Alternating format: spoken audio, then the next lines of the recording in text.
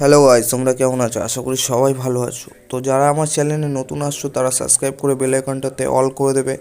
তো আজকে পৌষ সংক্রান্তির দিন আর মহা একাদশীও আছে।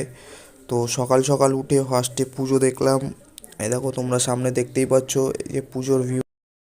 এই যে আমরা যাচ্ছি এখন ঘুড়ি কিনতে, আসতে চালা শুভম বলতে কথা শোনার। এই যে ঘুড়ি কিনতে যাচ্ছি তিন ভাই, ঠিক আছে? এখন ঘুড়ি কিনবো, পৌষ সংক্রান্তির দিন আজকে ঘুড়ি উড়াবো আকাশে। দেখো গাইস, ঘুড়ি কিনছি আমি ওখানে, ঠিক আছে? দাদার দোকানে ঘুড়ি, সুতো, লাটাই সব পেয়ে যাবে। মেশিন আছে গুটি দেওয়ার জন্য, দেখতে পাচ্ছ। নিচ্ছে এখন ঘুড়ি এখান থেকে, তারপরে ঘুড়িটা বেচেছি। কত এগুলো দাদা? এটা 30 টাকা।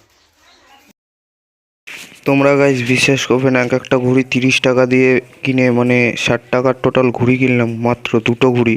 কিন্তু তাও আজকে আকাশে উড়িয়ে দেখলাম একটাও ঘুড়ি ওড়েনি সারাদিনে। মানে কি হয়ে গেছে আমাদের দেশটার। আমি ঘুড়ি ওড়ানোর ভিডিওটা এখানে দিইনি, তার একটাই কারণ আগেই বললাম তোমাদের, একটাও ঘুড়ি ওড়েনি আকাশে, সেই আগে আমি এখানে ভিডিও দিইনি।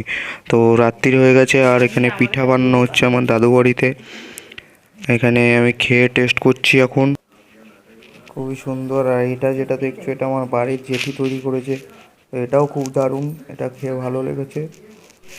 তো আমার এরকমই ব্লগ দেখতে আমাকে সাবস্ক্রাইব করে রাখো, আর ভিডিওটা ভালো লাগলে লাইক করে রাখো, আর বেল আইকনটা অবশ্যই ক্লিক করে রাখো। তোমরাও ভালো থাকো, সুস্থ থাকো। Good bye.